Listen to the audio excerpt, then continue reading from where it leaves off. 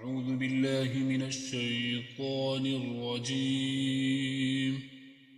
بسم الله الرحمن الرحيم.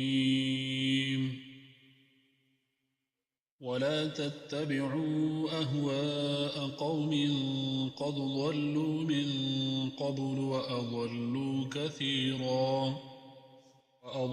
كثيرا وضلوا عن سواء السبيل. شروع اللہ کے نام سے جو سب پر مہربان ہیں، بہت مہربان ہیں۔ اور ان لوگوں کی خواہشات کے پیچھے نہ چلو جو پہلے خود بھی گمراہ ہوئے، بہت سے دوسروں کو بھی گمراہ کیا اور سیدھے راستے سے بھٹک گئے۔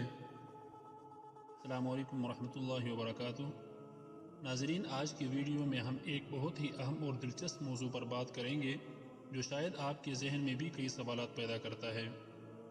اور آج ہم جن سوالات کا جوابات دیں گے ان میں سے پہلا سوال یہ ہے کہ کیا واقعی 25 دسمبر کو حضرت عیسیٰ علیہ السلام کی پیدائش ہوئی تھی؟ دوسرا سوال یہ ہے کہ کرسمس مختلف طریقوں پر کیوں منایا جاتا ہے، جیسے 25 دسمبر، 7 جنوری یا 6 جنوری کو؟ اسلام حضرت عیسیٰ علیہ السلام کی پیدائش کے بارے میں کیا کہتا ہے اور قرآن اس پر کیا روشنی ڈالتا ہے؟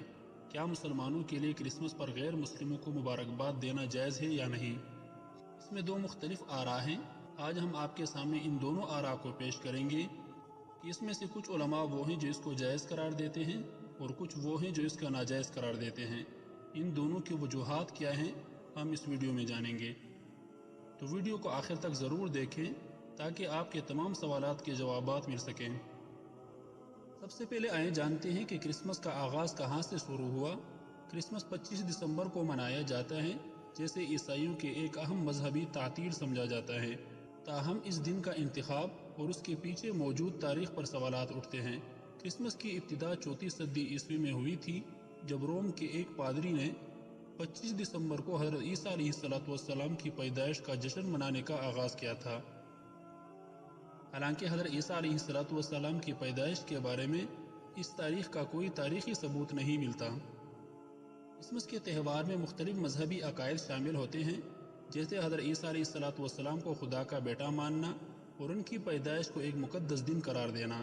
اس دن کے ساتھ مختلف رسومات ہوتے ہیں، جیسے کرسمس ٹری کا سجانا، گرجا گھروں میں عبادت کرنا اور ایک دوسرے کو مبارکباد دینا شامل ہیں۔ ان رسومات میں سے بیشتر اسلامی عقائد کے خلاف ہیں، کیونکہ اسلام میں حضرت عیسیٰ علیہ السلام کو اللہ کا پیغمبر اور اللہ کے بیٹے کے تصور کو سختی سے مسترد کیا گیا ہے۔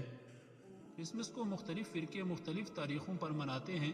مغربی عیسائی، کیتھولک اور پروٹسٹنٹ یہ فرقے کرسمس کو 25 دسمبر کو مناتے ہیں۔ یہ تاریخ رومی کیلنڈر کی بنیاد پر طے کی گئی ہے۔ مشرقی آرتھوڈکس چرچ یہ چرچ جولین کیلنڈر کو استعمال کرتے ہیں، جس کے مطابق کرسمس 7 جنوری کو آتا ہے۔ آرمینیائی آرتھوڈکس چرچ کرسمس کو 6 جنوری کو مناتے ہیں۔ ان کے مطابق یہ تاریخ حضرت عیسیٰ علیہ السلام کی پیدائش اور بپتسمہ دونوں کو ظاہر کرتی ہیں۔ قرآن اور حضرت عیسیٰ علیہ السلام کی پیدائش کی تاریخ کے بارے میں قرآن مجید کے مطابق حضرت مریم علیہ السلام نے حضرت عیسیٰ علیہ السلام کو ایک کھجور کے درخت کے نیچے جنم دیا، جیسے کہ سورۃ مریم میں ذکر کیا گیا ہے، اور کھجور کے تنے کو اپنی طرف ہلاؤ، تم پر تازہ پکی ہوئے کھجوریں گریں گی۔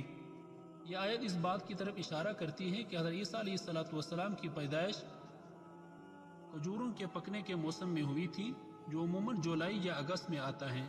اس کے برعکس 25 دسمبر سردیوں کا مہینہ ہے، جب کھجور کے درخت پھل نہیں دیتے۔ اس سے ظاہر ہوتا ہے کہ حضرت عیسیٰ علیہ السلام کی پیدائش 25 دسمبر کو نہیں ہوئی تھی۔ بائبل یا تاریخی دستاویزات میں بھی حضرت عیسیٰ علیہ السلام کی پیدائش کی کوئی حتمی تاریخ نہیں ملتی۔ عیسائی علماء نے 25 دسمبر کو ایک ممکنہ تاریخ کے طور پر منتخب کیا، لیکن قرآن کی تفصیلات سے یہ تاریخ مطابقت نہیں رکھتی۔ بات کرتے ہیں کہ اسلام میں کرسمس کی کیا حیثیت ہے۔